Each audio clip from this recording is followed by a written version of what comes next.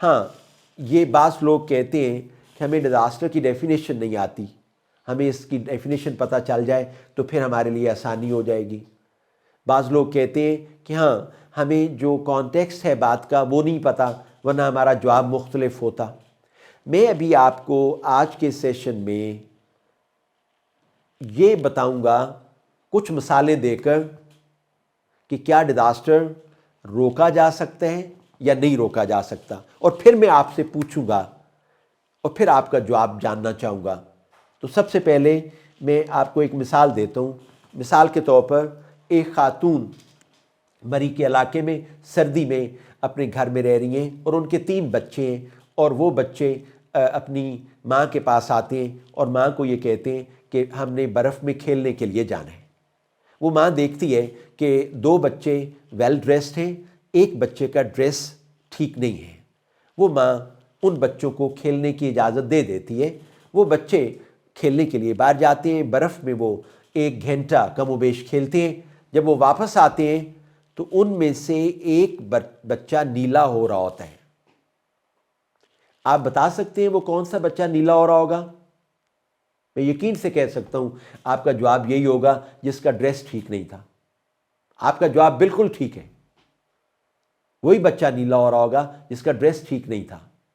بچہ بیمار ہو جاتا ہے اور اتنا بیمار ہوتا ہے کہ ماں کو فکر ہوتا ہے، اپنے خامد کو فوری طور پہ بلاتی ہے اور کہتی ہے کہ فوری طور پہ گھر آئیں تاکہ بچے کو ہاسپٹل لے کر جائیں، کیونکہ بچہ ابھی ان کے اپنی مقامی لوکل کیپیسٹی سے باہر چلا گیا ہے، وہ مینج نہیں کر سکتے۔ اگر وہ ہاسپٹل نہیں لے کر جاتے بچے کا نقصان ہو جائے گا۔ فوری طور پہ باپ آ کر بچے کو ہاسپٹل لے جاتے ہیں۔ کیا آپ مجھے بتا سکتے ہیں اس بچے کو ہاسپٹل پہنچانے میں کلیدی کردار کس چیز نے ادا کیا؟ آپ سب کہیں گے ماں نے۔ میں آپ سے پوچھوں گا کیوں؟ تو آپ مجھے کہیں گے کہ اس کا ڈریس ٹھیک نہیں تھا، وہ ماں کی وجہ سے تھا۔ آپ بالکل ٹھیک کہہ رہے ہیں، اس کی ذمہ دار ماں ہے۔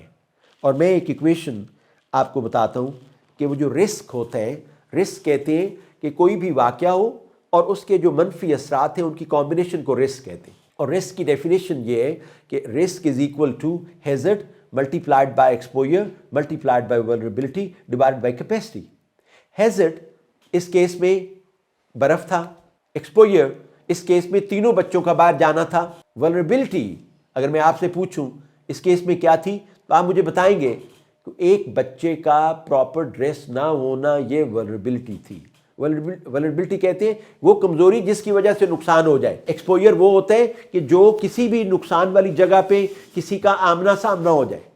ہیزرڈ وہ ہوتا ہے جو کہ قدرتی آفت ہوتی ہے، قدرتی طور پر جو موسمیاتی کوئی ایونٹ ہوتا ہے، واقعہ ہوتا ہے، جیسے بارش ہے، جیسے برف باری ہے، جیسے زلزلہ ہے، جیسے سیلاب ہے، جیسے کیت سالی ہے، جیسے سموگ ہے، یہ سارے ہیزرڈز ہیں۔ ہیزرڈ قدرتی بھی ہوتے ہیں اور قدرتی ہیزرڈز کو نہیں روکا جا سکتا، اور ہیزرڈز مین میڈ انسانوں کی وجہ سے بھی ہوتے ہیں، جیسے ایکسیڈنٹس کا ہو جانا، آگ کا لگ جانا، ایئر کریشز کا ہو جانا، گر جانا، یہ سارے انسان کے بنائے ہوئے ہیزرڈز ہیں جن کو روکا جا سکتا ہے۔ اب کیپیسٹی کہتے ہیں وہ صلاحیت جس کی بنیاد پہ آپ ولنریبلٹی کو ایڈریس کر لو، آپ اپنے نقصان کے ہونے کو روک لو۔ آپ دیکھیں اگر کیپیسٹی زیادہ ہوگی تو رسک کم ہو جائے گا، اگر ولنریبلٹی کم کر لیں تو بھی رسک کم ہو جائے گا، ایکسپوجر کم کر لیں تو بھی رسک کم ہو جائے گا، ہیزرڈ کی ویلیو کم کر لیں تو بھی رسک کم ہو جائے گا۔